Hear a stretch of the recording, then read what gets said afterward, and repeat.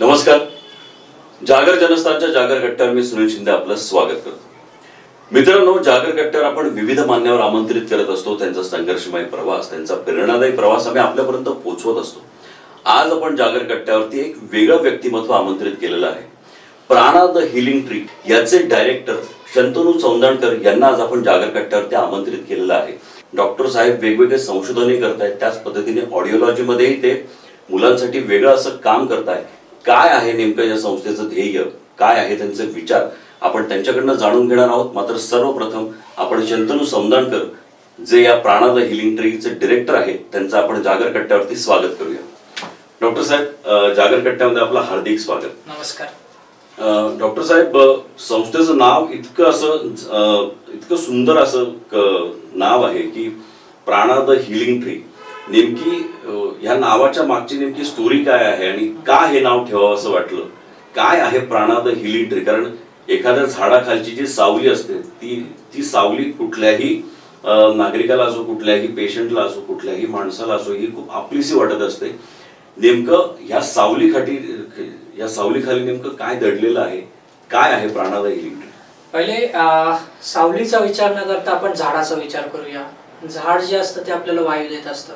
आपल्या सगळ्यांना माहिती आहे की आपले वेगवेगळे पंचेंद्रिय आहेत. जसं कान झालं, जीभ झालं, नाक झालं आणि हे जे जीभ झाली आपली की आपल्याला टेस्ट देते. तर एकदा काय झालं की इंद्रांच्या सभेमध्ये या सगळ्यांमध्ये स्पर्धा लागली की मी श्रेष्ठ कोण. तर त्याच्यामध्ये मी ऑडिओलॉजिस्ट आहे, मी कानाचा तज्ञ आहे, तर मी म्हटलो की मी श्रेष्ठ. त्यानंतर जीभ होती, जीभ म्हटली मी टेस्ट देते, त्याच्यामुळे मी श्रेष्ठ. त्याच्यानंतर डोळे म्हटले मी तुम्हाला विजन देतो, त्याच्यामुळे मी श्रेष्ठ. आणि हे सगळ्या गोष्टी ऐकून झाल्यानंतर वायू म्हटला की जर मीच नसेल तर तुमचं काही काम नाही. त्याच्यामुळे प्राणा जो आहे, हा प्राणा आपला आत्मा आहे आणि हा जर प्राणा असेल तर हे सगळे पंचेंद्रिय काम करू शकतात. त्याच्यामुळे या स्पर्धेमध्ये अल्टिमेटली कोण जिंकलं तर प्राणा जिंकलं. आणि हा जो प्राणा आहे, हा जो त्याच्यातला सुंदर असा अर्थ आहे, तर तोच प्राणा आम्ही शोधून काढला, हेरून काढला आणि तोच प्राणा आम्ही आमच्या क्लिनिकला त्याचं नाव दिलं, पॉलिक्लिनिकला. आणि प्राणा तर आहेच, झाड आपल्याला प्राण देतं हे आपल्या सगळ्यांना माहिती आहे. आणि त्याच्या खाली जे हिलिंग ट्री आहे, हिलिंग ट्री याचा अर्थ असा आहे की तुम्हाला कोणतीही व्याधी असो ती हील करण्याचं जे काम आहे ते वायू करू शकतो व्यवस्थित आपला. तर हे जे झाड आहे त्याच्या खाली फक्त सावलीच नाही तर तुम्हाला चांगला विसावा पण मिळावा, तुमच्यामध्ये जे काही रोग असतील ते निघून जावे, तुमचं आयुष्य जे आहे ते सुदृढ व्हावं, या दृष्टीने याच्याकडे आम्ही लक्ष दिलं. आणि या झाडाखाली फक्त काय म्हणतो आपण, एकच गोष्ट न मिळता सगळ्या गोष्टी मिळाव्यात अंडर वन रूफ, याचा आम्ही प्रयत्न केला.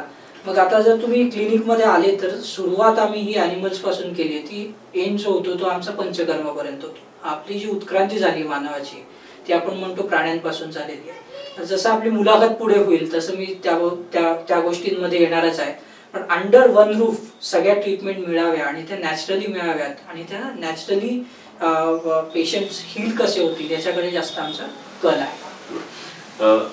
डॉक्टर साहेब, ॲनिमलची असिस्टंट काहीतरी एक आपली ट्रीटमेंट आहे आणि ती खूप युनिक आहे खरं तर पाहायला गेलं तर. कारण आपण जनरली एखाद्या डॉक्टरकडे गेल्यानंतर डॉक्टर आपल्याला विचारतो नेमकं काय त्रास आहे, त्यानंतर आपल्याला मेडिसिन प्रिस्क्रिप्शन देतो आणि मग त्यानंतर त्या रुग्णाची एकंदरीत ट्रीटमेंट पुढे जाते. मात्र ॲनिमलचं कनेक्शन घेऊन एक क्युअर थेरपी जी आहे आपण डेव्हलप केलेली आहे ती नेमकी काय आहे? बेसिकली ही थेरपी आम्ही डेव्हलप केली असं म्हणून चालणार नाही. तर याला एक खूप मोठा असं सायंटिफिक बेस आहे ज्याला आपण म्हणतो ॲनिमल असिस्टेड थेरपी. तर ॲनिमल असिस्टेड थेरपीमध्ये आपल्या बरेच जणांची अशी इच्छा असते की आपल्या घरामध्ये एखादं पेट असावं, म्हणजे एखादा कुत्रा असावा, मांजर असावी, रॅबिट असावं, किंवा बरेच जणांनी पाहिले की स्क्विरल पाळलेले आहेत, छोटी खारुताई पाळलेली आहेत. आणि आपला जो खरा बेस आहे तो शेतीचा बेस आहे आणि त्याच्यामध्ये आपण पाहिलेलं आहे की सगळे ॲनिमल्स आपल्या जवळ असतात. गाय असेल, म्हैस असेल, बैल असेल, जे अगदी बळीराजाला जे आवडणारी गोष्ट आहे. आता एक गोष्ट जर तुम्ही पाहिलं असेल तर या मध्यंतरीच्या काळामध्ये म्हणजे कोविडचा काळ जो आपण पाहिला त्याच्यामध्ये स्ट्रेस, अँझायटी, डिप्रेशन हे जे सायकोलॉजिकल इश्यूज आहेत त्याचं प्रमाण खूप वाढलं. तसंच जर आपण एक गोष्ट पाहिली असेल की कोविड झाल्याचा मानसिक धक्का एखाद्या पेशंटला जो बसला तो खूप जास्त बसला. सायकोलॉजिकली तो पेशंट तिथे खचलेला असतो. डेफिनेटली. तर आता या सगळ्यामध्ये काय होतं तर बीपीच्या लेवल्स कुठेतरी हाय होऊन जातात स्ट्रेसमुळे, शुगर लेवल कुठेतरी वाढलेले असतात.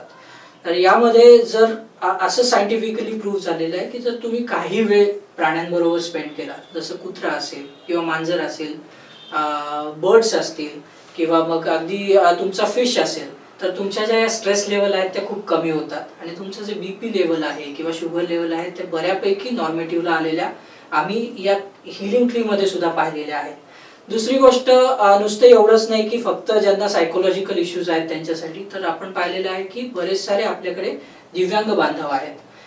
याच्यामध्ये बरेच जणांना आता सध्याचा जो खूप मोठा प्रश्न आहे तो आहे ऑटिझमचा, म्हणजे स्वमग्न मुलांचा. तर या स्वमग्न मुलांमध्ये सुद्धा सोशली खूप सारे चेंजेस झालेले आहेत किंवा आपल्याला माहिती आहे की यांच्यामध्ये सोशल स्माईल किंवा ते आपल्याच जगात असतात, त्यातनं कुठेतरी बाहेर येण्यासाठी ही जी ॲनिमल असिस्टेड थेरपी ही खूप मोठं काम करते आहे. आणि डेफिनेटली आमच्याकडे खूप सारे असे काय म्हणतो आपण दिव्यांग बांधव आले किंवा असे पण बरेच सारे पेशंट्स आले की ज्यांनी या ॲनिमल्स बरोबर थोडा टाइम म्हणजे 40-45 मिनिटं 1 तास घालवला आणि बऱ्यापैकी हॅपी होऊन ते त्या हिलिंग ट्रीमधनं बाहेर गेले. तर हा एक वेगळा त्याचा एक काय म्हणतो आपण एक विषय आहे.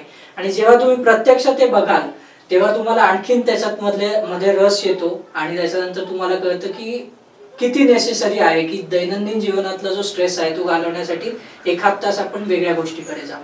बरोबर. डॉक्टर साहेब, पण एकंदरीत अशा विषयाचा एकंदरीत जो प्रसार असतो तो मुख्यत्वे मेट्रो सिटीज मध्ये जास्त आपण पाहिलेला दिसतो. आपला एकंदरीत जो काही प्रवास आहे जो साऊथ मधून आपण जे काही शिक्षण घेतलं त्यानंतर खूप तज्ज्ञांच्या अंडर आपण ते शिक्षण घेत होता. यानंतर तिथे पण ऑपॉर्च्युनिटीज क्रिएट झाल्या असत्या किंवा त्यानंतर परदेशात सुद्धा आपण आपलं हे सेंटर उत्तम पद्धतीने रन करू शकलं असतं. मात्र नाशिकमध्ये असं सेंटर टाकण्यामागचा नेमका विचार काय? नाही, मला एक गोष्ट नेहमी कळत नाही की काय असतं मेट्रोपॉलिटन सिटीजमध्ये. स्ट्रेसफुल लाईफ, त्याच्यानंतर तुमचं पोल्युशन, पार्किंगसाठी जागा नाही, हे एक मेट्रो सिटीचं काय म्हणतो आज डेफिनेशन झालेलं आहे. का बरं मेट्रो सिटी करत बसायचं? मेट्रो सिटी आणि आपल्यामध्ये डिफरन्स काय? काहीच डिफरन्स नाही. 30 माणसं आहेत, 30 ऑडिओलॉजी तिथे पण आहे आणि 30 ऑडिओलॉजी इथं पण आहे. 30 ॲनिमल असिस्टेड थेरपी तिथं पण आहे आणि इथं पण आहे. तिथं जाण्यापेक्षा इथं का नाही? ठीक आहे, 2 पैसे कमी मिळाले तो विषय नाही, पण जे सॅटिस्फॅक्शन आहे ते जे या सिटीजमध्ये मिळतं ते तुम्हाला मेट्रो सिटीजमध्ये कधी नाही मिळणार. त्याच्यामुळे या ज्या थेरपीज आहेत त्या कुठेतरी इथं रुजल्या पाहिजेत. आज आपल्याकडे एक मेंटॅलिटी काय आहे की मे बी काय म्हणतो थेरपी तीच, डॉक्टर तोच, तेच शिकलेला आहे. पण कुठेतरी मुंबईला जाऊन ती ट्रीटमेंट करून घेतलं तर आपल्याला खूप सारा फरक पडेल. एक ती मेंटॅलिटी झाली आहे, सायकोलॉजी झाली आहे. हे मुंबईचं असं नाही म्हणत, कोणती मेट्रोपॉलिटन सिटी. तर हे कुठेतरी ब्रेक करून आपल्याकडेच ती क्वालिटेटिव्ह सर्व्हिस आपल्याला कशी देता येईल याचा प्रयत्न या प्राणादायी हिलिंग ट्रीमधनं आम्ही करतो. डॉक्टर साहेब, आता नेमकं मुख्यत्वे करून प्राणादायी हिलिंग ट्री कुठल्या पद्धतीचे पेशंट्सला ट्रीट करतंय आणि काय असा वेगळा अनुभव आहे? एक 2-3 एक्सपिरियन्स आमच्या प्रेक्षकांना ऐकायला नक्की आवडतील. Definitely sir. सर, सर्वात पहिली गोष्ट, सगळ्या टाईपचे जे पेशंट आहेत त्या सगळ्या टाईपचे पेशंट प्राणादायी हिलिंग ट्रीमध्ये आम्ही ट्रीट करतो. एनी काइंड ऑफ डिसीज, तो तुमचा सायकोलॉजिकल डिसीज असू दे किंवा फिजिओलॉजिकल डिसीज असू दे, आम्ही सगळे जे डिसीज आहेत ते ट्रीट करण्याचा इथे प्रयत्न करतो. म्हणजे आमच्याकडे तुम्ही पाहिलं तर ॲनिमल असिस्टेड थेरपी आहे, ऑडिओलॉजी स्पीच थेरपी आहे की ज्यांना ऐकू येत नाही, बोलू शकत नाही अशा मुलांसाठी आमच्याकडे उपचार आहेत. त्याच्यानंतर आमच्याकडे फिजिओथेरपी आहे. जसं मी मगाशी म्हटलो की जे स्पेशल किड्स असतात आपले त्यांच्यासाठी ऑक्युपेशनल थेरपी की ज्यांचे सेन्सरी इश्यूज आहेत ज्यांना किंवा त्यांचे ग्रॉस मोटर फाईन मोटर स्किल्सचे प्रॉब्लेम आहेत त्यांच्यासाठी ऑक्युपेशनल थेरपी आहे. लहान मुलांसाठी पहिल्यांदा आपण जे 3 वर्षाच्या वरचे मुलं आहेत त्यांच्यासाठी किड्स जिम घेऊन आलेलो आहे. ही पहिली कॉन्सेप्ट आहे किड्स जिमची. त्यानंतर आपल्याकडे किड्स योगा आहे. योगा आपण सगळीकडेच पाहिलेलं आहे की ट्रेंड आहे, पण योगाच बरोबर आपण बरेच सारे 50च्या वरचे लोक पाहिलेले असतील की जे वेट उचलायला थोडं घाबरतात किंवा जिम मध्ये जायला थोडं घाबरतात. मग त्यांच्यासाठी फ्री वेट जिम ठेवलेली आहे की त्याच्यामध्ये वेटचाच वापर नाहीये, फक्त तुम्ही एक्सरसाइज करून फिट राहा. आणि तो जो ट्रेंड आहे तो कुठेतरी बदलण्याचा त्याच्यामध्ये विचार केलेला आहे. तुमचे स्किन प्रॉब्लेम असतील, हेअर प्रॉब्लेम असतील, त्याच्यासाठी तुम्हाला आमच्याकडे वेगळे डॉक्टर आहेत की जे नॅचरली त्याच्यासाठी तुमच्या स्किनवर किंवा हेअर्सवर हेअर फॉल असेल किंवा हेअरचे वेगवेगळे आजार आज आपण बघतोय किंवा स्किनचे प्रॉब्लेम बघतोय, अगदी सोरायसिस पासून ते विटिलिगोपर्यंत म्हणजे कोड येण्यापर्यंत या सगळ्यावर उपचार आहेत. त्याचबरोबर तुमच्याकडे तुमचे सगळे आयुर्वेदिक उपचार आपल्याकडे आहे. कपिंग थेरपी पासून ते पंचकर्मापर्यंत आपल्याकडे सगळे काही उपचार आहेत. आणि एक वेगळी रूमच आहे, पंचकर्मा युनिट आहे, फुल फ्लेज असं युनिट आहे. आणि आयुर्वेदामध्ये जे मॉडर्न टेक्निक्स आज आयुर्वेदामध्ये आपण बघतो ते सगळे इथे आपल्याकडे उपलब्ध आहेत. आता याच्यामध्ये एक गोष्ट अशी पाहिली असेल तुम्ही की सगळं एका रूफच्या अंडर आपण देण्याचा प्रयत्न करतोय. याचं कारण असं आहे की मागे माझं पण क्लिनिक होतं सर. क्लिनिकमध्ये काय व्हायचं की एक कोपरगावहून किंवा जळगावहून एखादा पेशंट आला, बरेच वेळेला काय व्हायचं की दुसरीकडे रेफर करावं लागायचं. त्याच्यामध्ये एक तर जेव्हा हे दिव्यांग बांधव आमच्याकडे येतात ऑलरेडी त्यांचे जे आई वडील असतात ते एका स्ट्रेस खाली असतात आणि हा एक खूप मोठा विषय आहे. ते स्वतः जे दिव्यांग बांधव असतात ते एका स्ट्रेस खाली असतात. त्यांचं समुपदेशन करणं ते खूप गरजेचं असतं. थेरपीज मध्ये त्यांचा पूर्ण दिवस, पूर्ण आठवडा हा एकीकडनं दुसरीकडे, दुसरीकडनं तिसरीकडे असं करण्यामध्ये जातो. म्हणजे आता जर समजा एका क्लिनिककडनं दुसऱ्या क्लिनिककडे जायचं असेल तर सरासरी त्याचं अंतर 4 ते 5 किलोमीटर असतं. पण तेच जर तुम्हाला एकाच रूफ खाली सगळ्या गोष्टी मिळणार असतील तर त्यांचा पण स्ट्रेस कुठेतरी कमी होतो. आणि एक सायंटिफिक उपचार जे आहेत ते एकाच छताखाली कसे मिळू शकतील याच्यामध्ये पूर्णपणे आपण नियोजन केलेलं आहे. त्याचबरोबर ज्या मुलांमध्ये हायपर ऍक्टिव्हिटी आहेत किंवा अगदी आपण काही माणसं बघितली आहेत की जे खूप हायपर ऍक्टिव्ह आहेत, त्यांच्यासाठी आपण ॲरोमा थेरपी चालू केलेली आहे. या ॲरोमा थेरपीमध्ये त्यांचे जे म्हणजे हायपर ऍक्टिव्हिटी आहे ती खूप प्रमाणामध्ये कमी झालेली आहे आणि याचे सायंटिफिक पुरावे आपण प्राणायाम हिलिंग ट्री मध्ये आपल्याला मिळू शकतात. तर या सगळ्या प्रकारचं जे काम आहे हे प्राणायाम हिलिंग ट्री मध्ये करतो. आपल्याला बरेच वेळेला माहिती आहे की फिजिओलॉजिकली आपण एखादा माणूस जो आहे तो व्यवस्थित करू शकतो, पण जर डोक्यातच एखादी गोष्ट म्हणजे झोपलेल्याला जागा कसं करायचा ही जी एक ती कॉन्सेप्ट असते त्याच्यातनं कशी किमया करून दाखवायची हे एक जे काम आहे ते आम्ही प्राणायाम हिलिंग ट्री मध्ये हाती घेतलेलं आहे. पण आता एकंदरीत एका वेगळं नॅचरोपॅथी सेंटर आपण उभारलेलं आहे आणि एकंदरीत अशा पद्धतीचे अनेक पेशंट्स आज समाजामध्ये पाहायला मिळतात. आणि मुळात असे पेशंट ज्या घरामध्ये असतात त्या घरामध्ये बऱ्यापैकी म्हणजे 70% जर आपण पाहिलं तर त्यांची आर्थिक परिस्थिती सुद्धा खालावलेली असते. मग अशा वेळेस आपल्या संस्थेमध्ये त्यांना आर्थिकरित्या त्यांना कुठल्या प्रकारचा दिलासा मिळतो? कारण नॅचरोपॅथी सेंटर म्हटलं का त्याला एक वेगळं ग्लॅमर आज आपण निर्माण झालेलं पाहतो. मग तिथले रेट असतील, तिथले चार्जेस असतील, तिथले स्टेचे चार्जेस असतील, हे खूप हाय असतं. म्हणजे एकंदरीत आज एक उच्चभ्रू जो वर्ग पाहिला जातो हा वर्ग अशा संस्थेकडे जाऊन आपली ट्रीटमेंट करून घेत असतो. मात्र आपला जो एक मिडल क्लास माणूस आहे किंवा लोअर मिडल क्लास माणूस आहे त्यांना अशा पद्धतीची जर ट्रीटमेंट घ्यायची असेल तर त्यांना नेमकं प्राणा कुठल्या प्रकारचा दिलासा देतो? पहिलं तर नॅचरोपॅथी सेंटर म्हणण्यापेक्षा आपण याला एक हिलिंग सेंटर म्हणूया सर. ही नॅचरोपॅथी सेंटरची कॉन्सेप्ट थोडी वेगळी आहे. आपल्याकडे स्टे हा प्रकार नाहीये, पण बाकी ज्या सगळ्या ट्रीटमेंट आहेत त्या तुम्हाला इथे मिळतात. तर याच्यामध्ये तुम्ही विचारलेला प्रश्न अगदी बरोबर आहे की तुम्ही म्हणाल की दिव्यांग मुलांसाठी किंवा जे असे सायकोलॉजिकली थोडं जे डिस्टर्ब असतात त्यांच्यासाठी जी कॉस्ट असते ती नेहमी हायर साईडला थोडी असते. पण प्राणायाम हिलिंग ट्री मध्ये सर्वात पहिली गोष्ट आहे की सगळे जे उपचार आहेत ते अत्यल्प दरात आहेत आणि योग्य असं म्हणजे अगदी तुम्ही एखाद्या रूम मध्ये गेलात उपचारासाठी, समजा ऑडिओलॉजी असेल किंवा आयुर्वेद असेल, तुम्हाला प्रॉपर 1 ते 1.5 तास मिळतो. त्याच्यामध्ये पूर्ण पेशंटला त्यांचा काय प्रॉब्लेम आहे तो समजून घेतला जातो आणि त्याच्यानंतर त्याच्यावर उपचार केले जातात. त्याच्यावर पहिली गोष्ट अशी आहे की जी तपासणी आहे ती सर्वात पहिले खूप अत्यल्प दरामध्ये होते. उपचारांमध्ये एक 2-3 गोष्टी अशा आहेत की आमच्याकडे EMI सिस्टीम आहे की EMI सिस्टीम मध्ये बरेच सारे जे म्हणजे आता पण आपण जर मोबाईल फोन घ्यायला गेलो तर तो EMI मध्येच किंवा कोणती गोष्ट आपण EMI तर ही EMI सिस्टीम पण आपल्याकडे आहे. आणि दुसरी गोष्ट अशी आहे की खरंच जर आर्थिकदृष्ट्या दुर्बल एखादा व्यक्ती असेल किंवा त्यांची फॅमिली असेल तर त्यांना योग्य ते कन्सेशन किंवा बरेच वेळेला आम्ही असे पण पेशंट केलेत की जे फ्री ऑफ कॉस्ट आम्ही सोडलेले आहेत. तर ह्या प्रकारची जी एक फ्लेक्झिबिलिटी आहे ती प्राणायाम हिलिंग ट्री मध्ये डेफिनेटली आहे. पण याच्यामध्ये याचा अर्थ नाही की फ्री ऑफ कॉस्ट केला म्हणजे कुठेतरी आम्ही कॉम्प्रोमाइज केलं त्यांच्या उपचारांमध्ये, तर ही गोष्ट तिथं होणार नाही. योग्य जो उपचार आहे तोच तुम्हाला मिळेल. आणि जेन्युइन जर आपला जर प्रॉब्लेम असेल आर्थिक काय, तर त्याच्यासाठी डेफिनेटली तिचं सोल्युशन असतं. डॉक्टर साहेब, ऑडिओलॉजी असो किंवा स्पीच थेरपी असो, ऐकू कमी येणे, आता हे प्रमाण एकंदरीत आपल्या समाजामध्ये वाढलेलं दिसतं. आज यंग जनरेशन असो, कानामध्ये हेडफोन्स टाकून खूप मोठ्या व्हॉल्यूम्सवरती ते गाणी ऐकत असतात किंवा व्हिडिओज बघत असतात. त्याचा किती मोठा परिणाम कानांवरती होतो.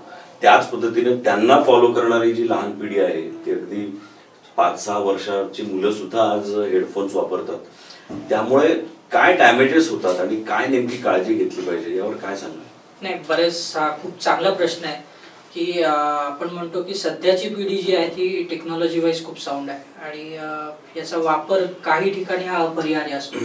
पण थोडं 7-8 वर्षाच्या मुलाकडे जाण्याच्या आधी मी छोट्या मुलांकडे येईल की अगदी जे न्यूबॉर्न आहेत त्यांच्यासाठी आपण काय करतो. बरेच सारे जे न्यूबॉर्न आहेत ते कंजेनायटली डेफ असतात, म्हणजे जन्मतःच ते कर्णबधिर असतात. ते कुठेतरी सर्वात पहिली ती गोष्ट कुठेतरी डायग्नोस करणे ही सर्वात महत्वाची गोष्ट आहे. ते चॅलेंज असतं Yes, खूप yes, मोठं की yes. नेमकं आपण सपोज एखादा साऊंड क्रिएट करतोय, ऐकू येतंय की नाही ऐकू येतंय हे डायग्नोस करणं खूप मोठं हे चॅलेंज. लहान बाळांमध्ये खूप मोठ्या प्रमाणावर चॅलेंज आहे. त्याच्यामुळे मुलाचा म्हणजे लहान बाळाचा जन्म झाल्यानंतर 48 तासानंतर आपण स्क्रीन करू शकतो की या बाळाला हिअरिंग लॉस आहे का नाही. हे जे अद्ययावत टेक्निक आहे ते प्राणादायक लिंकट्रीमध्ये उपलब्ध आहे. आता दुसरी गोष्ट, दुसरा भाग जो झाला तो का बरं हे एवढ्या लवकर करायचं.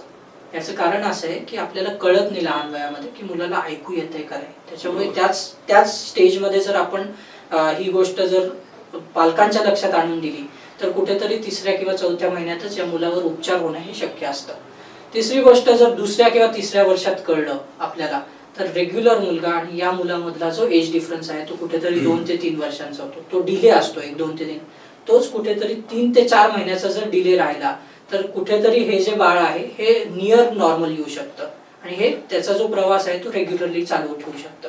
मग त्याच्यासाठी त्यांना श्रवण यंत्र द्यायचे असतील, कॉक्लिअर इम्प्लांटसाठी मार्गदर्शन असेल किंवा कॉक्लिअर इम्प्लांट कसं करावं, कोणत्या पद्धतीने जावं, या सगळ्या टेस्ट प्राणादायक लिंकट्रीमध्ये उपलब्ध आहे. दुसरी गोष्ट, आता नॉर्मली ऐकणारा मुलगा आहे, रेग्युलर मुलगा आहे, मी नॉर्मल कोणालाच म्हणत नाही, जे सो कॉल्ड नॉर्मल असतात आपण सगळेजण आहोत.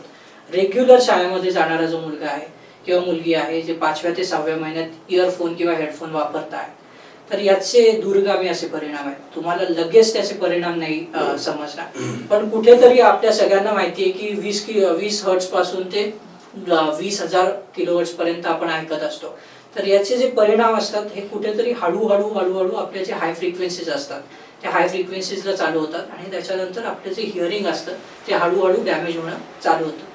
माझ्याकडे आलेले बरेच सारे 12 ते 13 वर्षातले असे मुलं आहेत की ज्यांचे हिअरिंग फक्त हेडफोन लावल्यामुळे डॅमेज झालेलं आहे. हा, दुसरी गोष्ट, बरेच सारे मी असे तरुण मुलं पाहिलेली आहेत की अगदी जे 22-23 वर्षामध्ये आहेत, एखाद्या मित्राचं किंवा मैत्रिणीचं लग्न आहे, त्या डीजे मध्ये नाचलेले आहेत आणि अगदी मोठ्या आवाजात नाचलेत आणि त्याच्यानंतर त्यांना काहीच ऐकू येत नाही, ज्याला आपण सडन हिअरिंग लॉस म्हणतो, मोठा आवाज ऐकला. आणि मी एक थांबवतो की मी आता एक लग्नाला गेलो होतो, तिथे पण डीजेचा आवाज होता.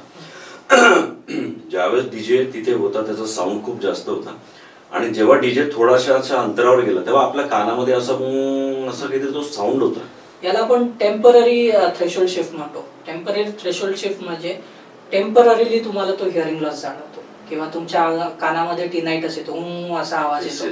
तर या सगळ्या ज्या गोष्टी असतात या खूप मोठ्या लाऊड साऊंडमुळे होतात आणि टेम्पररीली तुमचं जे ऐकणं असतं ते काही कालावधीसाठी कमी होतं. तर या सगळ्या ज्या गोष्टी आहेत या तुमच्या लाऊड म्युझिकमुळे किंवा लाऊड आवाजामुळे होतात. त्याच्यामुळे आपल्याला सगळ्यांना माहिती आहे की गव्हर्नमेंटनी दिलेले नॉर्म्स आहेत की एवढ्याच डेसिबलमध्ये पर्टिक्युलर एरियामध्ये एवढा आवाज असावा, पर्टिक्युलर एरियामध्ये एवढा आवाज असावा. आणि या नॉर्म्सचा अर्थच हा आहे की या एरियामध्ये जर याच्यावर आवाज गेला आणि ध्वनी प्रदूषण झालं तर तुमचे कान त्याच्यामध्ये डॅमेज होणार आहे. याचं कुठेतरी आपल्याला एक काय म्हणतो आपण तो ताळमेळ बसवता येत नाही आणि त्याच्यामुळे जेव्हा आपण अगेन्स्ट लॉ जातो किंवा अगेन्स्ट रूल जातो, अनरूली होण्याचा प्रयत्न करतो, त्यावेळेला या सगळ्या ज्या गोष्टी आहेत त्या सगळ्या आपल्याला भोगाव्या लागतात. मी स्वतः पण अनरूली स्टुडंट होतो, पण त्याचा अर्थ काय असतो हे ग्रॅज्युएशन झाल्यानंतर कळतो. पण ठीक आहे, त्या गोष्टी सगळ्या वेगळ्या आहेत. पण रूल्स हे कुठेतरी पाळले गेले पाहिजेत. आणि जर लाऊड म्युझिकच्या तुम्ही सतत संपर्कात असाल, जसं आपण म्हणतो की ऑक्युपेशनल हिअरिंग लॉस, हे तुम्ही इंडस्ट्रीमध्ये गेलात तर बरेच वेळेला तुम्ही बघितलं असेल की इयर प्लग्स लावलेले असतात किंवा इयरफोन, तर याचा कुठेतरी वापर करणं, इयर प्रोटेक्टिव्ह डिव्हाइसचं पण आपल्याला गरजेचं झालेलं आहे. म्हणजे अगदी आपण नॉर्मल व्यक्ती असेल, जो ट्रॅफिकमध्ये जात असेल, त्यांनी पण लावलं तर त्याचा बराच सारा फरक आपल्याला जाणवतो. पण डॉक्टर, ज्यावेळेस ऑडिओ लॉस होणं, ज्यावेळेस आता एकंदरीत आपण सांगताय की हेडफोन्स लावल्यानंतर हळूहळू ऐकू येणं हे थोडं कमी होतं, मग हे कमी झाल्यानंतर ती रेंज तेवढीच राहते की नंतर आपण जर त्यावर प्रॉपर ट्रीटमेंट घेतली तर ती ऑडिओ रेंज आपण पुन्हा वाढवू शकतो, ती पुन्हा कमबॅक होऊ शकते का? जर हा टेम्पररी थ्रेशोल्ड शिफ्ट असेल, म्हणजे अगदी काही कालावधीचा जर कानाचा लॉस असेल, तर तो परत नॉर्मलला येण्याचे चान्सेस असतात, जो आपल्या बरेच जणांमध्ये होतो. पण जर हा परमनंट डॅमेज असेल, ज्याला आपण परमनंट थ्रेशोल्ड शिफ्ट म्हणतो, तर तो परत नियर नॉर्मल येणं अतिशय कठीण आहे. एकदा झालेला जो लॉस आहे तो परमनंट डॅमेज असतो आपला. आणि त्याच्यावर मग उपचार म्हणजे एकच, की त्याच्यावर उपचार म्हणजे श्रवण यंत्र, किंवा मग अगदीच काही जर लहान बाळ असेल 0 to 6 वयातलं असेल तर त्याला आपण इम्प्लांटची सर्जरी, या 2 त्याच्यामध्ये ऑप्शन असतात. दुसरी गोष्ट याच्यामध्ये काय होतं की कानाच्या आतल्या ज्या पेशी असतात, की ज्याला आपण सेन्सरी हेअर सेल्स म्हणतो, हे जर डॅमेज झाले तर ते परत आपण आणू शकत नाही, किंवा ते परत त्यांचं जे कार्य आहे ते तसंच विकसित करू शकत नाही. त्याला आपल्याला नवीन जन्म घ्यावा लागतो. त्याच्यामुळे ते जे सेन्सरी हेअर सेल्स आहेत किंवा त्याच्या कानाच्या पेशी आहेत, त्याची जपवणूक आपण कशी करतो किंवा त्या आवाजापासून आपण कसं दूर राहू शकतो, याच्यावर आपल्याला काम करणं हे अतिशय गरजेचं झालेलं आहे. बरोबर. आता एकंदरीत ज्या पद्धतीने आपण सांगितलं की आपल्या सेंटरमध्ये ओव्हरऑल सगळ्या डिझीजवर काम होतं. आपण असं म्हणूया की गाडी ज्यावेळेस एखाद्या शोरूम मध्ये जाते त्यावेळेस तिचं सर्व्हिसिंग वेगवेगळ्या पार्ट्स असेल तर ते वेगळं सर्व्हिसिंग होतं. आता कानाचं जर तसं पाहायला गेलं तर त्याचा जो पार्ट आहे हा खूप महत्वाचा आहे. पण त्याच्याशी अशा रिलेटेड अशा ऍक्टिव्हिटीज काही असतात का, की अशा काही एक्सरसाइज वेगळ्या असतात किंवा काही असे मेडिटेशन्स आहेत, किंवा एकंदरीत कुठल्या प्रकारची काळजी घेतली गेली पाहिजे जेणेकरून आपला जो ऑडिओ आहे, आपला जो ती लाईफ आहे ती आपण व्यवस्थित त्याचं ठेवू शकतो? नाही, बेसिकली याच्यासाठी सर्वात महत्वाची गोष्ट म्हणजे मोठे जे आवाज आहेत त्याच्यापासून थोडं दूर राहणं. जर तुम्ही मोठ्या आवाजात जात असाल तर इयर प्रोटेक्टिव्ह डिव्हाइसेस वापरणं, जसे की तुमचे इयर प्लग्स, इयर मफ्स झाले.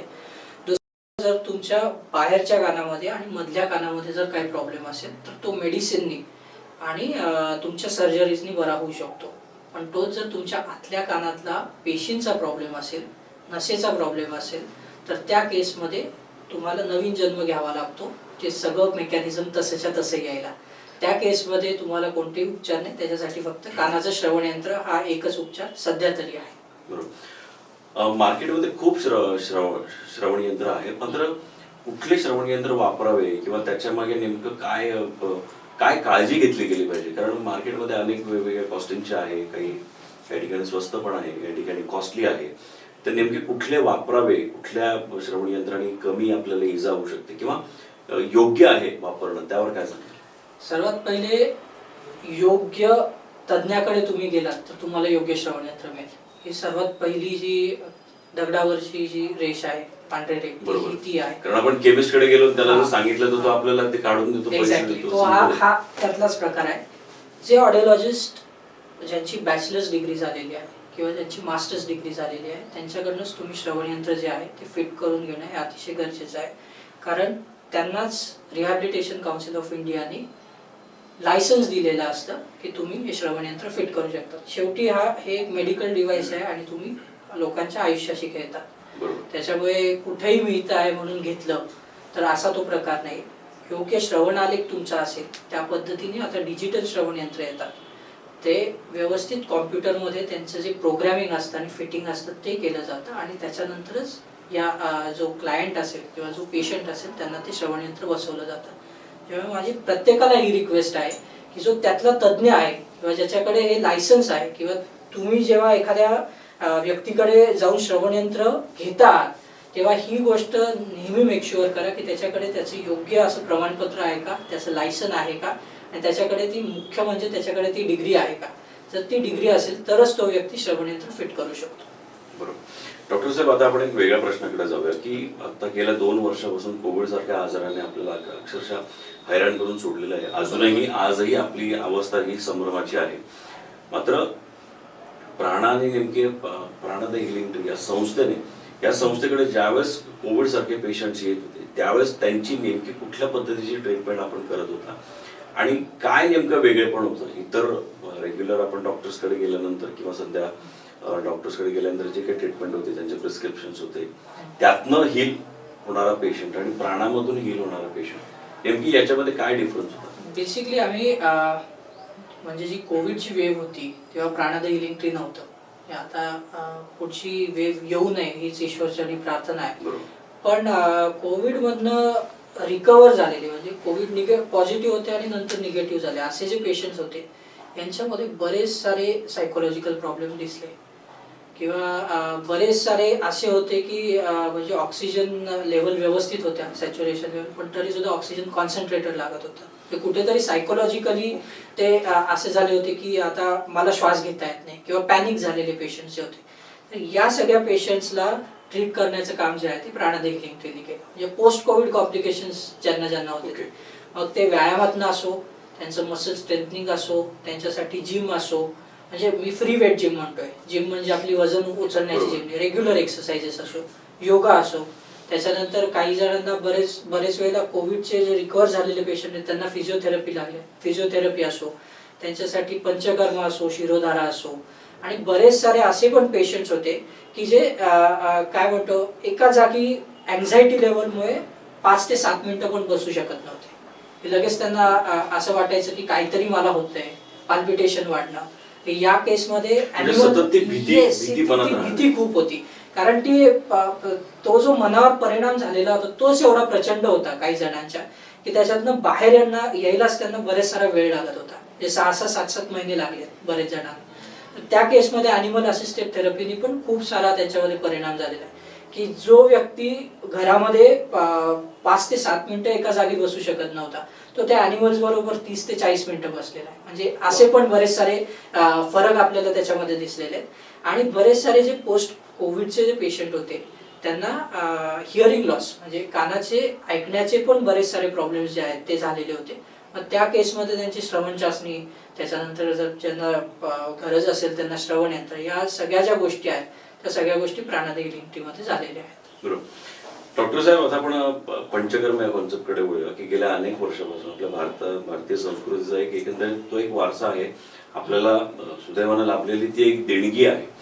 तर पंचकर्माची आज किती गरज आपल्या समाजाला आहे आणि कमर्शियल पंचकर्म तसं बऱ्याच ठिकाणी डेव्हलप झालेलं आहे, पण साधारणतः वर्षभरामध्ये आता आपल्यासारख्या यंग जनरेशननी असो किंवा आपल्या आई वडिलांनी असो पंचकर्माची ट्रीटमेंट किती वेळाने घेणं गरजेचं आहे? म्हणजे 6 महिन्यातनं एकदा किंवा 2दा, नेमकं त्याचं कसं गणित असतं? बेसिकली माझं मी जो तज्ज्ञ आहे तो ऑडिओलॉजी स्पीच थेरपी मधला आहे. पण आमच्याकडे पंचकर्म आहे आणि जो माझा अनुभव आहे आणि जो पेशंट्सचा पण अनुभव आहे त्यात मी सांगेन की 6 महिन्यातनं एकदा हे करून घेणं खूप गरजेचं आहे.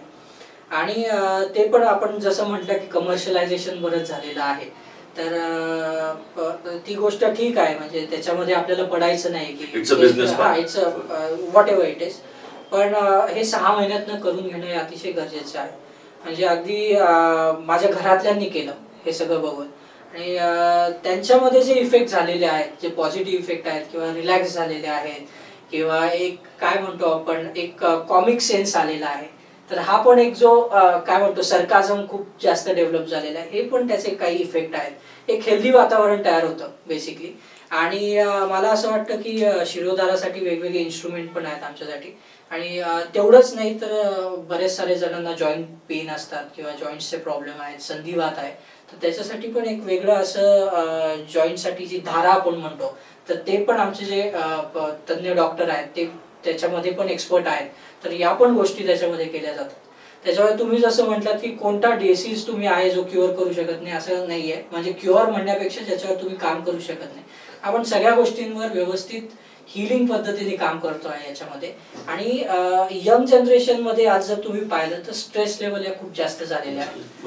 म्हणजे साध्या साध्या कारणावरनं आहेत या स्ट्रेस लेवल, म्हणजे खूप अशा काही मोठी कारणं आहेत असं नाहीये, पण त्याचा इफेक्ट एवढा झालेला आहे की अगदी 12वी फर्स्ट इयर सेकंड इयर मध्ये असलेल्या विद्यार्थ्यांना आज बीपी शुगर या सगळ्यांचे प्रॉब्लेम चालू झालेले आहेत. तर या केसेसमध्ये जे आयुर्वेदिक उपचार आहेत, मी म्हणेन हा आपल्या भारतीय संस्कृतीचा एक गाभा आहे. तो एकदा तरी तुम्ही एक्सपिरियन्स केला म्हणजे prevention is better than cure हे आपण नेहमी म्हणतो. तर हे प्रिव्हेंटिव्ह मेजर्स जर कुठेतरी घेतले आयुर्वेदाच्या माध्यमातून तर डेफिनेटली याचे लॉंग टर्म इफेक्ट्स आहेत. म्हणजे काड्यांकडे लोक का वळले याचं उत्तर आपल्याला ते काड्यांच्या बिझनेसमधनं नाही कळलं, तर लोकांच्या हेल्थमधनं कळलं आणि प्रिकॉशन्समधनं कळलं. तर हा कुठेतरी जो आपला गाभा आहे तो कसा पुढे जाता येईल आणि तो जर आपण यूज नाही केला तर थोडी कोणी दुसरे यूज करणार आहे, तो आपणच यूज केला पाहिजे, नाहीतर तो त्याचं श्रेय कोणीतरी दुसरं घेणार आहे. हे जे आपण म्हणतो की सर्वात मूळ ही जी आपली भारतीय संस्कृती आहे त्याच्यामध्ये ज्या आपल्या संहिता आहेत, जसं चरक संहिता झालं, वेगवेगळ्या संहिता आहेत, याच्यामध्ये जेव्हा मॉडर्न सायन्स आपण म्हणतो ते त्यातनंच आलेलं आहे. तर याचा जो अनुभव आहे तो सगळ्यांनी घेतलाच पाहिजे असं माझं एक चांगलं मत आहे. आपलं नेमकं डे टू डे लाईफचं रुटीन कसं असतं? कारण एकंदरीत कसं असतं, ज्या वेळेला आपण एक ऑडिओलॉजिस्ट म्हणून काम करत असता किंवा एकंदरीत विविध पेशंट ज्यावेळेस आपण हाताळत असता, अशा वेळेस आपला स्वतःचा फिटनेस पण मेंटेन करणं खूप महत्वाचं असतं. आणि इतके वेगळ्या पद्धतीची ट्रीटमेंट आता आपल्या संस्थेमध्ये अवेलेबल आहे, तर आपण नेमका आपला फिटनेस कसा जपत असतो? नाही, खरंय, ही गोष्ट अगदी बरोबर आहे. म्हणजे तुम्ही जर मेडिकल फ्रॅटर्निटीमध्ये बरेच जणांना विचारलं तर त्यांना पण म्हणजे त्यांच्या बिझी शेड्यूलमुळे स्वतःला वेळ द्यायला खूप, कारण सेवा देणारेच इतके बिझी असतात की त्यांना रेस्ट ही फार अवघड असते. तसं पाहिलं तर सकाळी माझं रुटीन जे आहे ते 7 वाजेपासून चालू होतं. म्हणजे 6ला उठणं वगैरे ते नाहीये माझ्या, म्हणजे 6 मी वॉचमध्ये अजून बघितलेत हे मला आठवत नाही, पण एक साधारणपणे 6:45-7 वाजता मी उठलेला असतो. आणि माझं जे रुटीन काम आहे, आमचं स्कूल पण आहे दिव्यांग मुलांसाठी, तर तिथं मी साधारणपणे 7:30-8ला जातो सगळं काही आवरून. मध्ये आपलं ब्रेकफास्ट आणि कॉफी याची मला एक सवय आहे. नंतर दुपारचे आपले मील्स जे आहेत ते व्यवस्थित असतात. एक शाळेचं रुटीन सगळं झालं की आम्ही प्राणादायी हिलिंग येतो. तिथे सगळेजण मिळून, जो आमचा स्टाफ आहे सगळेजण मिळून आमचा एक मील्स असतो. ते झाल्यानंतर एक दुपारचा आमचा चहा असतो किंवा सरबत असतं. त्याच्यानंतर रात्री बरोबर 7:30-8 वाजता आमचं जेवण असतं आणि 11-11:30 वाजता आमची झोप असते. तर हे आमचं रेग्युलर शेड्यूल आहे. पण जर कामं खूप असतील तर डेफिनेटली इन दॅट केस थोडं शेड्यूल प्रोलॉंग होतं. कधी कधी ऍसिडिटीचा खूप त्रास होतो, पण ते सगळं ठीक आहे, नॅचरल आहे. आणि दुसरी गोष्ट, जेव्हा प्राणादायी हिलिंगमध्ये तुम्ही म्हणता तसं पहिले स्वतःवर सगळ्या गोष्टी ट्राय केलेल्या कधीही चांगल्या. त्याच्यामुळे पंचकर्म असेल, आयुर्वेदाची ट्रीटमेंट असेल किंवा स्किनची ट्रीटमेंट असेल, ती सर्वात पहिले आम्ही आमच्या स्वतःवर घेतो आणि नंतर मग पेशंट्सला रेकमेंड करतो. तर हे असं एक प्रकारचं आमचं शेड्यूल आहे. बरोबर. डॉक्टर साहेब, माणूस म्हणून आपण अनेक विविध तज्ञांच्या अंडर आपण शिकलेला आहात, तज्ञांबरोबर काम करत आहात. ज्यावेळेस दिव्यांग मुलांबरोबर आपण संवाद करत असता, ज्यावेळेस त्यांची ट्रीटमेंट करत असता, एकंदरीत माझ्या बघण्यात असं आहे, तसंही अनेक लोकांच्या बघण्यातही असेल, की दिव्यांग मुलांना ज्यावेळेस एखादा त्यांचा सेन्स हा हिरावला गेलेला असतो, त्यावेळेस आपण म्हणूया की त्यांना एक वेगळा सेन्स देवाने दिलेला असतो. एक वेगळीच कला त्यांच्यामध्ये उपजत दिलेली असते. असे खूप वेगवेगळे मुलं सुद्धा आपण पाहिलेले असतात. तर नेमकं काय त्यांच्याकडनं शिकायला मिळालं किंवा काय अशी वेगळी कला त्यांच्याकडनं आपल्याला जाणून घेतात? नाही, डेफिनेटली एक सेन्स कमी असेल तर एक सेन्स जास्त असतो. याला सायंटिफिक रिझन्स पण खूप सारी आहेत, त्याच्या खोलात मी जाणार नाही. पण शिकण्यासारखं असं एक आहे गोष्ट की एक 2 वर्षाचं बाळ होतं की ज्यांना आम्ही कानाचं मशीन फिट केलं होतं. आणि त्याच्यानंतर त्याची जी ऐकण्याची प्रोसेस होती, ती ऐकण्याची प्रोसेस चालू झाली होती. ऐकणं वेगळं आणि समजणं वेगळं. मी तुम्हाला म्हटलं उंग पेरेंना निंग सापटिंगला, हे सगळं तुम्ही ऐकलं, समजलं काय नाही, कारण मी तमिळमध्ये बोललो. तर जेव्हा या बाळाला समजायला लागलं तेव्हा कुठून तरी आवाज येत होता आणि मी बघत होतो की आवाज कुठून येतोय. तेव्हा हे बाळ मला म्हटलं की आवाजाचा नीट वेध घे, आवाज उजवीकडनं येतोय. तर हा जो एक सेन्स त्याच्यामध्ये डेव्हलप झालेला होता, तो ऍक्च्युली त्याच्याशी एक सेंटिमेंट्स पण आपले जोडले जातात आणि काहीतरी नवीन शिकायला मिळतं की हे मुलं खरंच ऐकतायत हे त्यावेळी मला समजलं. तर तो जो एक लाईफ लर्निंग लेसन होता त्याच्यातनं पूर्ण काय म्हणतो लाईफ चेंज होतं. असे खूप सारे एक्सपिरियन्सेस आहेत पण हा त्याच्यातला एकदम असा बोलका असा एक्सपिरियन्स होता. आता आपण चाइल्ड योगा या कॉन्सेप्टकडे येऊया की म्हणजे आतापर्यंत कसं आहे की आता ज्यावेळेस आपण कॉलेजमध्ये असतो त्यावेळेस आपल्या ग्राउंड ऍक्टिव्हिटीज होत असतात, आपण खेळत असतो, त्याच्यानंतर आपण प्रोफेशनल लाईफमध्ये इन्व्हॉल्व्ह झाल्यानंतर मग कुठेतरी आपल्याला एक्सरसाइजचं महत्त्व कळतं, योगा केला पाहिजे. त्यानंतर योगा हा कंटिन्यू राहणं गरजेचं आहे कारण त्यानंतर 30-35-40 यावेळेला आपल्याला जो तरुण ठेवत असतो किंवा एकंदरीत आपल्याला सस्टेन होण्यासाठी मदत असते ती योगाची असते प्रामुख्याने पाहायला गेलं योगा किंवा एक्सरसाइज. मात्र या सगळ्या गोष्टी बाजूला ठेवून चाइल्ड योगा ही जी काही एक कॉन्सेप्ट आहे आणि किती अशी धमाल अशी कॉन्सेप्ट आहे त्यात नेमकं काय ऍक्टिव्हिटी असतात. नाही ही एक असं आपल्या नाशिकच्या लँग्वेज मध्ये म्हटलं तर फाडू अशी एक ती काय म्हणतो कॉन्सेप्ट आहे. नाही खरंच म्हणजे याची गरज आहे सध्या. कोविडच्या काळामध्ये बाळ 1.5-2 वर्ष बाहेर नाही पडलेली. म्हणजे ज्यांचा जन्म झालेला आहे ते त्यांनी 2 वर्ष जगच पाहिलेलं नाही बाहेरचं काय. तर त्या केसमध्ये या मुलांचं कुठेतरी पिअर इंटरॅक्शन व्हावं ही एक त्याच्यातली मेन कॉन्सेप्ट होती. आणि मग त्याच्यातनं आमचे जे योगा टीचर होते ते म्हटले why not to start kids yoga. ही कॉन्सेप्ट होतीच पण ही नव्याने काहीतरी इन्कल्केट करून आपण जर काही पिअर इंटरॅक्शन यातनं वाढवतात. एकावेळी काही जास्त नाही, आम्ही 5 ते 7 मुलांची बॅच घेतो आणि जो आमचा यंगेस्ट आहे तो 3.5 वर्षाचा मुलगा आहे. ते 3.5 वर्षाच्या मुलाने योगा चालू केलाय आणि ती जी बॅच आहे ती पहिली बॅच होती. आणि त्यांच्यामध्ये खूप सारे असे फरक आहेत की जे सोशलायझेशनचे फरक आहेत किंवा आपण म्हणतो एक इंटलेक्टचा एक फरक असतो. तर या ज्या 4-5 गोष्टी होत्या पालकांनी स्वतःहून रिपोर्ट केल्या की या माझ्या मुलामध्ये असा फरक पडलाय. आणि फ्लेक्झिबिलिटी आणि मसल स्ट्रेंथनिंग या सगळ्या गोष्टी आहेतच त्या. पण अपार्ट फ्रॉम दॅट या पण ज्या सिग्निफिकंट गोष्टी आहेत की ज्या ऍक्टिव्हिटीज आहेत आपल्या डेली लिव्हिंगच्या याच्यामध्ये पण या मुलांमध्ये खूप सारा फरक पडलेला आहे. कोण कोण चाइल्ड योगामध्ये पार्टिसिपेट करू शकतो म्हणजे कोण कोण येऊ शकतं, किती वयापर्यंत चाइल्ड योगाचं? ऍक्च्युली 3.5 वर्षाच्या वरची जी मुलं आहेत ती चाइल्ड योगामध्ये पार्टिसिपेट करू शकतात. आणि साधारणपणे 12 वयापर्यंत आपण त्याला चाइल्ड योगा म्हणू शकतो, 12 ते 13 वर्षापर्यंत. आणि मग त्याच्यानंतर आपला जो नॉर्मल योगा आहे तो आपण चालू ठेवतो याच्यामध्ये. आणि एक 4.5-5 वर्षानंतर त्याच्या ज्या डिफिकल्टीज असतात त्या डिफिकल्टीज वाढत जातात. म्हणजे मुलाचं वय 4.5-5 वर्ष जेव्हा असतं त्याच्यानंतर त्याची डिफिकल्टी लेवल जी असते ती थोडी थोडी वाढत जाते. म्हणजे ते थोडं सुपिरियर होत जातं. बरोबर. डॉक्टर साहेब, एजेड जो काही ग्रुप आहे आपल्याकडे, प्रत्येक घरामध्ये आजी आजोबा असतात, त्यांच्याही शारीरिक अनेक व्याधी आहेत, त्यावरही संस्था कुठल्या प्रकारे काम करते? मग त्यांचे श्रवण यंत्र असतील किंवा त्यांना ऐकण्याचं आजार असेल किंवा नजरेचा त्यांना, या 2 गोष्टी ज्या आहे मुख्यत्वे करून की नजर त्यांची कमी होते आणि ऐकू त्यांना कमी येतं, ह्यावरती नेमकं संस्था कुठल्या प्रकारे काम करते? आता बघा या शनिवार रविवारी आमच्याकडे ज्येष्ठ नागरिक संघातले जवळपास 103 का 104 जे वृद्ध आहेत ते 2-3 बॅचेस मध्ये येणार आहे. त्यांचा रेग्युलर चेकअप आम्ही दर महिन्याला 1 ते 2 कॅम्प त्यांच्यासाठी होतच असतात. म्हणजे जे इच्छुक असतील ते कधी पण येऊ शकतात असं काही नाही. मग त्यांचं रेग्युलर हिअरिंग मॉनिटरिंग असतं की त्यांचं हिअरिंग लॉस वाढलाय, कमी झाला, म्हणजे वाढलाय किंवा मग तेवढाच राहिलाय, त्याचा एक जे ट्रॅक असतो तो आपण दर 3-3, 4-4 महिन्यांनी ठेवत असतो. जे असं नाही की तुम्ही एकदा इथं येऊन गेले, एकदा श्रवण चाचणी झाली म्हणजे तुमचं काम संपलं. दर 6 महिन्यांनी आपण तो फॉलोअप घेत असतो की तुमचा जो लॉस आहे तो तेवढाच आहे का वाढलाय तो बघायला या, किंवा प्रोग्रेसिव्ह आहे का नाही हे पण बघायला. तर वृद्धांसाठी ही एक कॉन्सेप्ट आहे आपल्याकडे.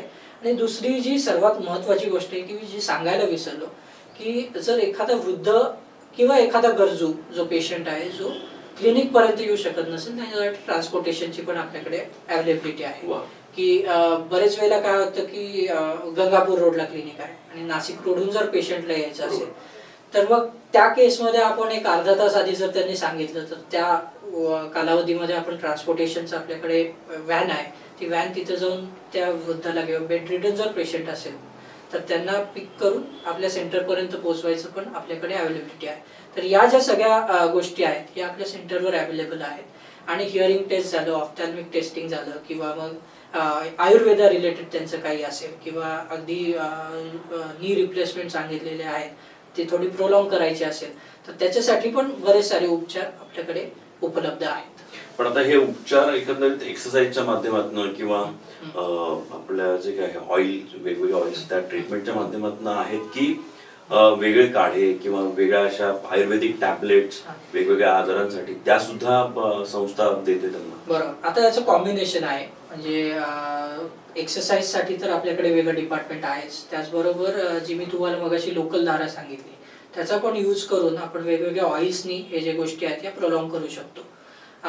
त्याचबरोबर आपल्याकडे फिजिओथेरपीचा पण सेटअप आहे. म्हणजे त्याच्यामध्ये थोडा रिलीफ मिळाला किंवा ते पण बरेच सारे एक्सरसाइज किंवा गोष्टी आहेत त्या याच्यामध्ये होऊ शकतात. असं एक कॉम्बिनेशन आहे. म्हणजे होलिस्टिक अप्रोच ज्याला आपण म्हणतो, म्हणजे सगळ्या गोष्टी एकत्र करून त्या पेशंटला ट्रीट करणं, या सगळ्या आपल्याकडे उपलब्ध आहे. डॉक्टर साहेब, एक शेवटचा प्रश्न मला असं विचारायचा आहे, यानंतर अजून एक दोन सुचले तर मी नक्कीच विचारेन, कारण विषय असा आहे की अनेक गोष्टी आपल्याला स्वतःला पण प्रश्न असतात, तेही विचारावेसे वाटतात. एकंदरीत कोविड काळामध्ये इम्युनिटी हा शब्द मुख्यत्वे खूप समोर आलेला आहे.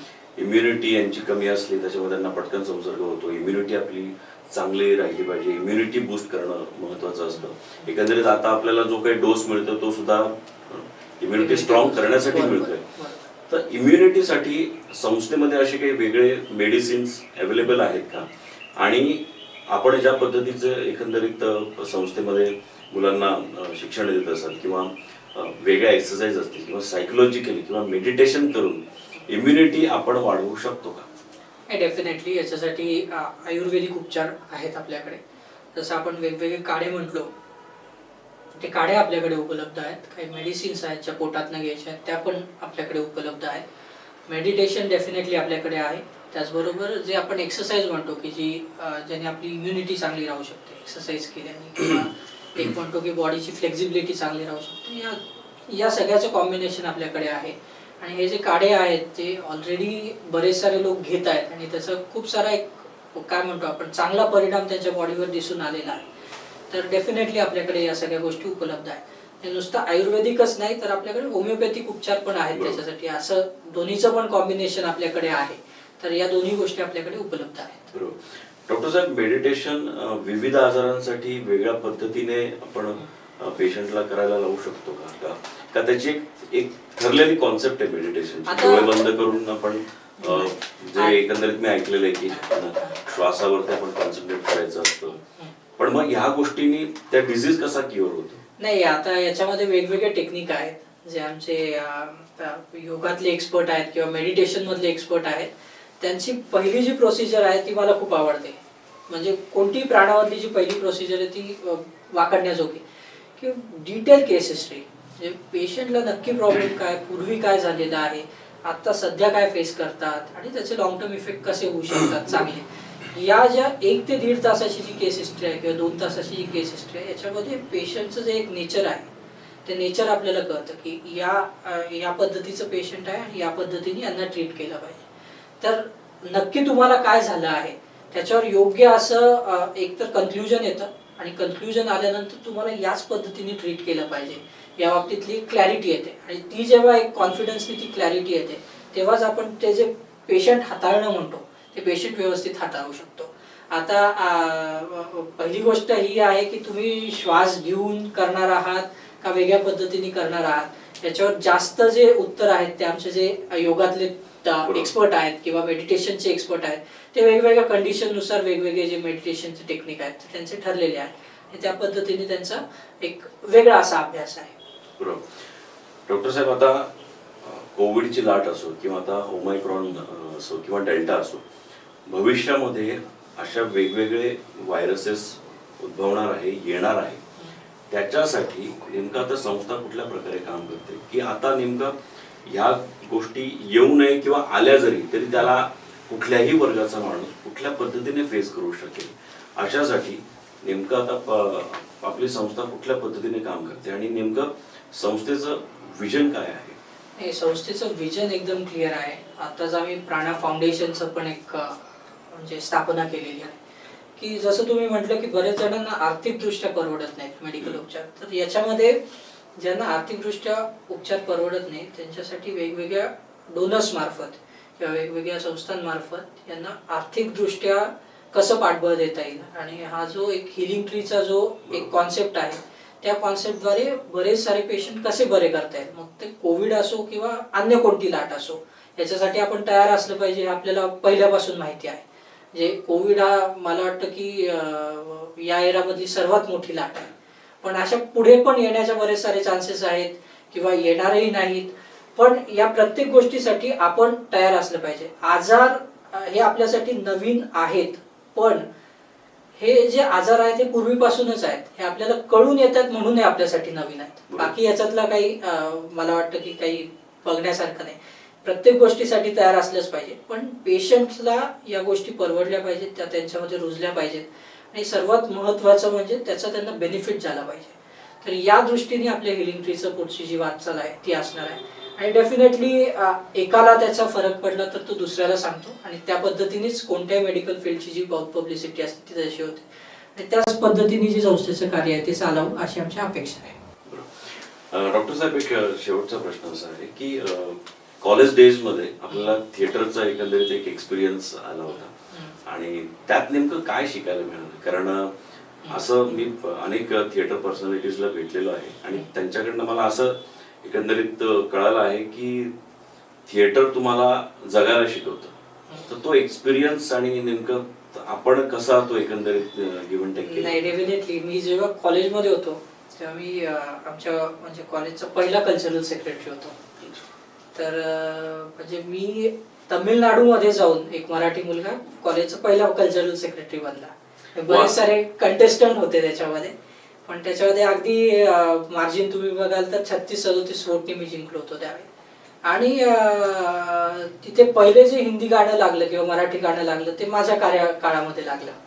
तर गोष्ट अशी आहे की मी स्वतः काही जे म्हणजे महाराष्ट्र मंडळामध्ये राहायचो जेव्हा चेन्नईत होतो तेव्हा, तिथं लाईट्स देणं, ड्रामाजमध्ये काम करणं, त्याच्यानंतर म्युझिक देणं, हे सगळे जे कामं आहेत मी तिथं केले. कारण तिथं वेगळा असा रंगमंच होता आणि दर्दी असे लोक होते महाराष्ट्र मंडळामध्ये, त्यांच्याबरोबरच काम करायची मला संधी मिळाली त्याच्यामध्ये. म्हणजे बरेच सारे असे मी नट म्हणेन की जे लाईमलाईटमध्ये नाही आले पण महाराष्ट्र मंडळामध्ये घडले, असे बरेच साऱ्या लोकांबरोबर माझं काम करण्याचा एक्सपिरियन्स झाला. स्वतःने लिहिलेल्या एकांकिका त्या अगदी 30 मिनिटाच्या 35 मिनिट आपण 45 मिनिटाच्या म्हणतो, पण छोट्या छोट्या त्याच्यामध्ये पण मी स्वतः लिहिलेल्या आहेत. बऱ्याच 2-3 तिथं दिग्दर्शन पण केलं आणि एक चांगला मॉब त्यावेळी मला मिळाला त्यावेळी. आणि मला असं वाटतं की खूप भाग्यवान आहे की जो थिएटर जगतो तो आयुष्य पण जगतो. त्याच्यामुळे तो एक एक्सपिरियन्स होता तो खूप म्हणजे मेमोरेबल असा एक्सपिरियन्स आहे माझ्या लाईफमधला. डॉक्टर साहेब, तसं मुद्दे खूप आहे आणि बोलण्यासारखे खूप आहे, पण आपल्याकडे वेळेची मर्यादा आहे. खरं तर आता असं एक कल्पना मी नक्कीच आमच्या चॅनलला सुचवेल की ज्या पद्धतीने एकंदरीत संस्थेचं वर्णन आहे त्या पद्धतीने त्या संस्थेमध्ये जाऊन तिथे नेमकं कुठल्या पद्धतीचं काम होतं तेही पाहणं महत्वाचं आहे. एकंदरीत संस्था कुठल्या पद्धतीची आहे, एक आजूबाजूचं नेमकं आपण म्हणू की नॅचरल नेमकं वातावरण कसं आहे तेही पाहणं गरजेचं आहे आणि ते आमच्या प्रेक्षकांपर्यंत पोहोचवणं गरजेचं आहे. आज आपण स्टुडिओमध्ये एकंदरीत प्रश्न उत्तराच्या माध्यमातून जेवढं आपण पोहोचवता आलं तेवढा आपण पोहोचवण्याचा प्रयत्न केलेला आहे. मात्र इसके आगे बहुत अभी और कुछ है. तर तो प्रवास आम्हाला करायला नक्की आवडेल. आज आपण इतक्या वेळात वेळ काढून आज आपण जागर कट्ट्याला महत्वाची अशी माहिती दिली आणि इतका असा अमूल्य आपला असा वेळ दिला त्यासाठी खरंच आपले धन्यवाद. ईश्वर आपल्याला, आपल्या प्रयत्नांना आणि आपल्या परिवाराला उत्तम असं यश द्यावं ह्याच आमच्या सदिच्छा. आपण आलात त्यासाठी धन्यवाद. Thank you so much sir. Yes. तर मित्रांनो, आपण पाहिलं एकंदरीत एक युवा असं व्यक्तिमत्व आपल्या नाशिकला लाभलेलं आहे. खरं तर राज्याबाहेर जाऊन त्यांनी आपल्या कामाचा ठसा कलेच्या माध्यमातून असो किंवा शिक्षणाच्या माध्यमातून असो हा उमटवलेला आहे. आपला मराठी झेंडा त्यांनी एकंदरीत राज्याबाहेर फडकवलेला आहे आणि पुन्हा ती दिंडी नाशिकला येऊन स्थायी झालेली आहे आणि त्या दिंडीची वारी करणं हे खूप गरजेचं आहे. खरं तर ती जी काही वारी आहे ही वारी आपल्या शारीरिक पद्धतीने असेल, सायकोलॉजी पद्धतीने असेल किंवा मेंटली असेल, फिजिकली असेल, ह्या गोष्टी घडणं खूप महत्वाचं आहे आणि त्या पद्धतीने स्वतःची ट्रीटमेंट आणि ज्या पद्धतीने डॉक्टरांनी सांगितलं की आजार होण्याच्या आधी आपण ती ट्रीटमेंट घेणं गरजेचं असतं. आजार झाल्यानंतर ही ट्रीटमेंट आता तो काळ तो काळ एकंदरीत आपण असं म्हणूया की तो काळ आता कुठेतरी जातोय. आज असा काळ डेव्हलप आपण करूया की आजार होण्याच्या आधी आपण काय करू शकतो, कुठल्या प्रकारच्या आपण प्रिव्हेंटिव्ह चेकअप करून घेऊ शकतो ते पाहणं गरजेचं आहे. आणि तीच कॉन्सेप्ट आज डॉक्टरांनी आपल्यासमोर मांडलेली आहे. नक्कीच आपण प्राणाद हिलिंग ट्रीला नक्कीच भेट देऊया. आपल्यालाही काही या संदर्भातले काही प्रश्न असतील तर आपण आम्हाला संपर्क करूया किंवा आपण डॉक्टरांना संपर्क करूया. आणि आज आपण कार्यक्रम इथेच थांबवूया. असेच वेगवेगळे मान्यवर आम्ही जागर जनस्थानच्या जागर कट्ट्यावरती आमंत्रित करत राहणार आहोत. आपण पाहत राहा जागर कट्टा. धन्यवाद.